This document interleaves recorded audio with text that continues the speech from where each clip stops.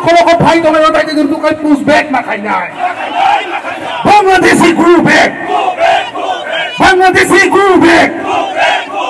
আপনারা অবগত আছেন যে স্বাধীনতার পর থেকে এই ভারত ভূখণ্ডে ক্রমাগত অনুপ্রবেশ ঘটে চলছে।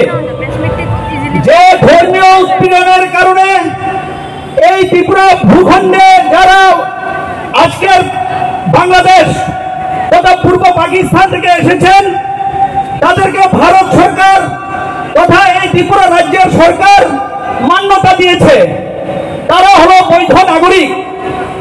কিন্তু অত্যন্ত দুঃখ পরিতাপের বিষয় দেখা যাচ্ছে এক শ্রেণীর অবৈধ অনুপ্রবেশকারী অসাধু উদ্দেশ্য নিয়ে এই ভারত ভূখণ্ডে তথা এই ত্রিপুরা রাজ্যে অনুপ্রবেশ ঘটে তারা তাদের বাড়ি ঘর তৈরি করে নিচ্ছেন এবং যারা প্রকৃত ত্রিপুরাবাসী ভারতবাসী তাদের অধিকারকে কেড়ে নিচ্ছেন। আমি অত্যন্ত দুঃখের সঙ্গে আপনাকে অবগত করছি যে একটা অবৈধ অনুপ্রবেশকারী অংশের জনগণ যারা আমরা বৈধ নাগরিক ভারত সরকারের স্বীকৃতিপ্রাপ্ত নাগরিক আমাদের অধিকারকে কেড়ে নিয়ে আমাদের অন্ন বস্ত্র বাসস্থান শিক্ষা স্বাস্থ্য সমস্ত ধরনের অধিকার তারা কেড়ে নিচ্ছে। এমনকি এখন তারা পবিত্র বিধানসভার বিধায়কের পদ পর্যন্ত বাগিয়ে নিয়েছে। আর আজ সরকারি স্তরে বড় বড় অফিসার হয়ে পুলিশ অফিসার থেকে শুরু করে টিসিএস টিপিএস আইএফএস এমনকি আইআরএস অফিসার পর্যন্ত হয়ে যাচ্ছেন আর তারা আমাদেরকে করছেন শাসন আর শোষণ। বন্ধুগণ, এটা কোনো জাতির সংগ্রাম নয়, এই সংগ্রাম সম্পূর্ণভাবে একটি অরাজনৈতিক অধার্মিক movement, non political non religious movement. এখানে সর্বস্তরের মানুষের সমাগম এবং হস্তক্ষেপের জন্য সবাই অধিকারপ্রাপ্ত আছেন।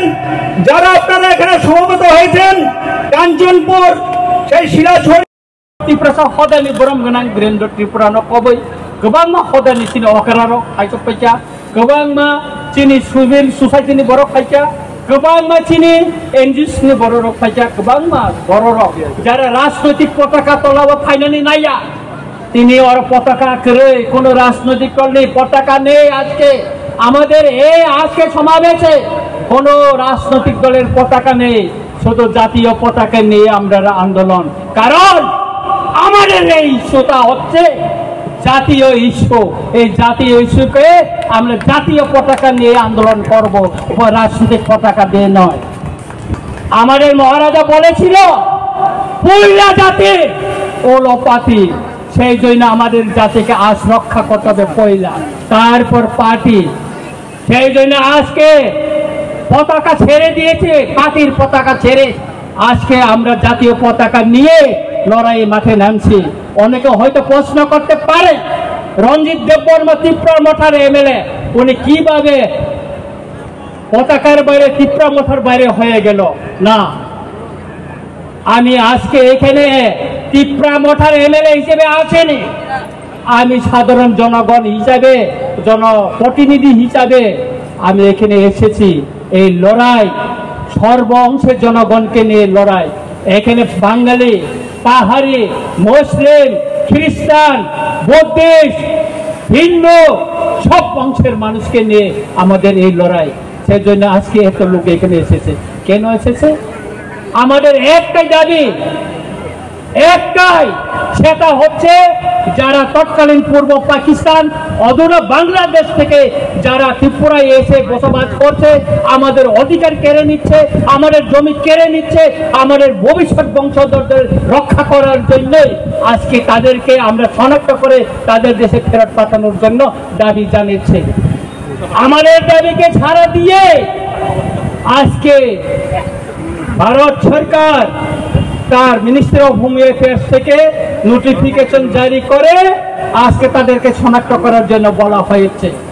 এই নোটিফিকেশন শুধু 2019 মে 25 না 1971 সালে 29 নভেম্বর তখনও নোটিফিকেশন জারি করা হয়েছিল, কার্যকরী করেনি।